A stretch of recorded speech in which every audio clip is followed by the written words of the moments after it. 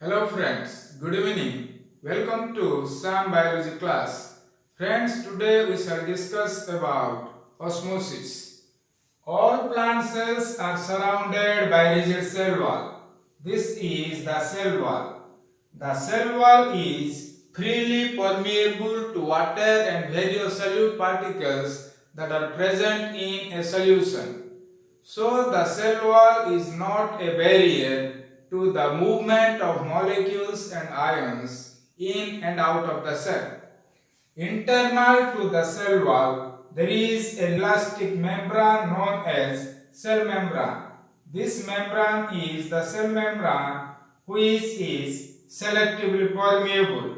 What is the meaning of selectively permeable? That means the cell membrane allows the passage of specific substances into the cell. In plant cells, there is a large central vacuole. The content of the vacuole is known as vacuolar shape, and the membrane of the vacuole is known as tonoplast. In plant cell, the vacuolar content or the vacuolar shape contribute to the osmotic potential of the plant cell. In plant cells, the movement of molecules and ions in and out of the cell is controlled by the cell membrane as well as the vacuolar membrane. In order to understand what is osmosis, take this example. Here there are two chambers, chamber A and chamber B. They are separated by a selectively permeable membrane. The chamber A contains a diluted sugar solution and chamber B contains a concentrated sugar solution.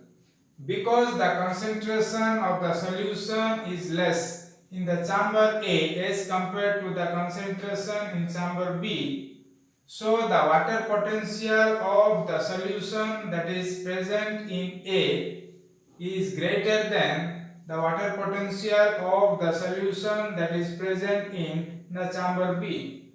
So there is a gradient of water potential. In order to equilibrate, water molecules will move from chamber A to chamber B until an equilibrium is reached. This is the process of osmosis. Osmosis is the process of diffusion of water molecules across a selectively permeable membrane or a semi-permeable membrane. Osmosis is a process of diffusion. What is diffusion? Diffusion is the movement of molecules and ions from an area of higher concentration to an area of lower concentration. So, the chamber A has more amount of water as compared to the chamber B.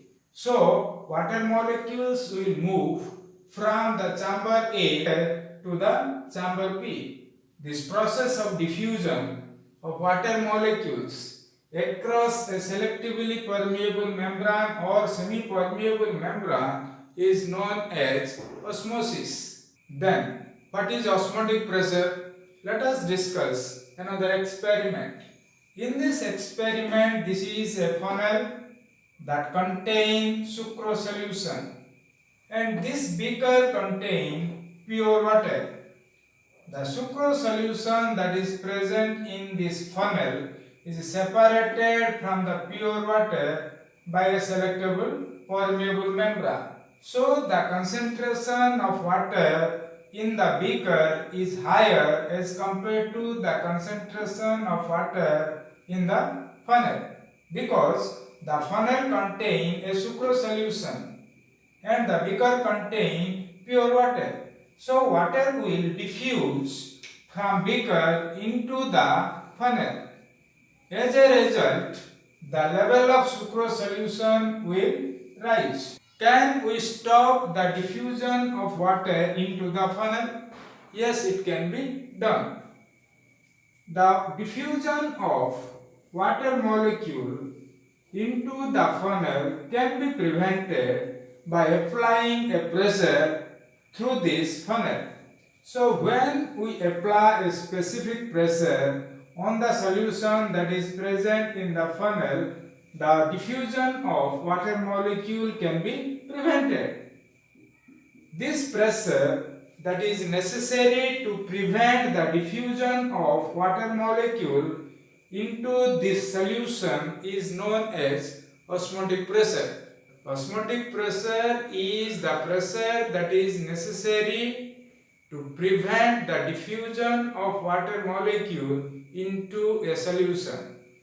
Greater the concentration of the solution, greater will be the osmotic pressure. And the osmotic potential is numerically equivalent to the osmotic pressure, but they are of opposite sign. Osmosis can be exosmosis or endosmosis. What is exosmosis? It is the outward diffusion of water.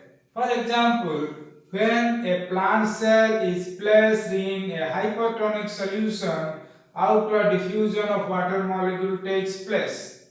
Because the tonicity of the solution is greater than that of the plant cell, or the concentration of the solution is greater than the concentration inside the plant cell, so water molecule will diffuse outward. This outward diffusion of water is known as exosmosis, but the inward diffusion is known as endosmosis. When we place a plant cell in a hypotonic solution, because the tonicity of the solution is less as compared to the plant cell, so water molecule will diffuse into the plant cell. This inward diffusion of water molecule is known as endosmosis. Osmosis can be divided into forward osmosis and reverse osmosis. Reverse osmosis, commonly known as RO, is a procedure that is used for desalination. In reverse osmosis, a high pressure pump is used to force salty water or contaminated water through a RO semi-permeable membrane in order to remove the salt. This is a reverse osmosis semi-permeable membrane. And by using a high pressure pump, the salty water is forced through this RO semi-permeable membrane so that the purified water will be collected on the other side of the semi-permeable membrane.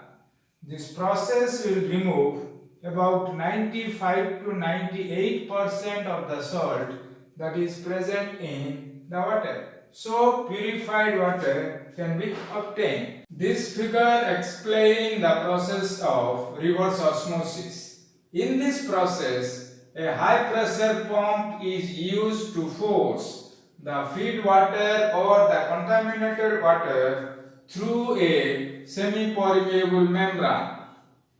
After passing through the semi-permeable membrane, the water will be collected, which contains a low concentration of salt. This water is called as permeate water, which can be used for various purposes. And the salt content will be left behind in the reject stream, which can be passed on to a nearby drain. This is the process of reverse osmosis. Another related process is forward osmosis. In forward osmosis, also a semi-permeable membrane is employed. In this process, a osmotic pressure gradient between feed water or wastewater and the draw solution is the driving force that transport water across a semi-permeable membrane. So the osmotic pressure of wastewater is less than the osmotic pressure of draw solution. Therefore, because of this osmotic pressure gradient, water molecules will move from wastewater to the draw solution across a semi-permeable membrane. And after recovery of different type of solutes which are present in the draw solution, we can get the product water. Applications of osmosis. Forward osmosis is applied in power generation, desalination, wastewater treatment, food processing, enrichment of pharmaceutical products and drug delivery. Desalination is the process of removal of salt from water. And in food processing, forward osmosis is used for dewatering. Reverse osmosis is also applied for desalination, food processing, car washing and maple syrup production. So friend, this is about osmosis and applications. For more updates, please subscribe my YouTube channel Sam Online Class. Thank you very much.